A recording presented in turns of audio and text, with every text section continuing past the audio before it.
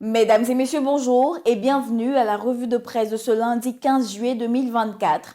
La Côte d'Ivoire, sous le majesté du président de la République Alassane Ouattara, fait d'énormes bonds en avant. Fraternité Matin met en valeur toutes ses grandes réalisations. Le métro, le BRT, les ponts, les tunnels et la tour F sont des preuves palpables que Ouattara transforme Abidjan, selon le journal pro-gouvernemental qui en fait sa manchette, et toute chose qui devrait peser en faveur du camp du président Ouattara lors de la présidentielle 2025, dont la pré-campagne bat déjà son plein.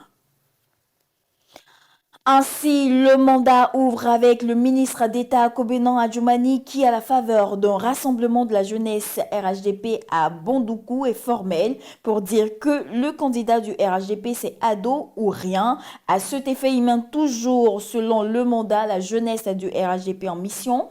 Le patriote qui rend compte du meeting d'Arlette Badou, présidente des femmes du RHDP à Boisflé, a le même schéma de penser qu'à Adjoumani, nous avons trouvé notre chef, on ne le lâchera pas. Et Bruno Koné depuis Boundiali corrobore cet état de fait, et la une de l'intelligent d'Abidjan mentionne clairement ses propos. Il affirme que ce qui est bon pour la Côte d'Ivoire, c'est de continuer avec le RHDP en 2025. Toute chose qui fait dire au journal Le Matin qu'à 15 mois de la présidentielle, tout le RHDP est gonflé à bloc derrière Ouattara. À preuve, l'Inter note que le RHDP déroule sa machine, puis dévoile ce qui est en préparation.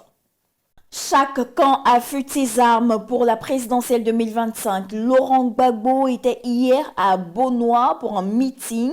Le Nouveau Réveil qui lui consacre à sa grande une affiche une de ses phrases fortes, en l'occurrence: il faut que ce gouvernement ne soit plus là en 2025. Et la voix originale de son côté relativement à ce meeting rapporte que pour dégager Ouattara en 2025, Gbagbo appelle à un rassemblement sincère, clair et loyal. Le temps retient qu'il eut une gigantesque mobilisation.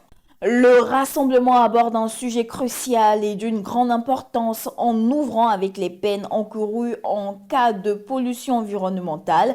Il révèle que c'est 1 à 6 ans d'emprisonnement et 1 million à 100 milliards de francs CFA d'amende qui seront infligés à tout contrevenant. Avant de conclure, jetons un coup d'œil sur la manchette de Soir Info qui nous fait part qu'à Danané, un étudiant a été retrouvé pendu dans sa chambre.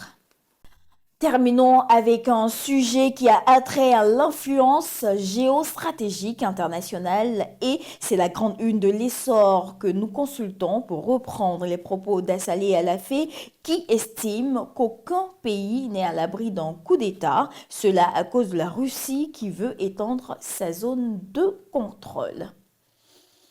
Mesdames et messieurs, voici ainsi égrené l'essentiel de l'actualité. Nous vous donnons rendez-vous demain, même heure, même canal. D'ici là, portez-vous bien.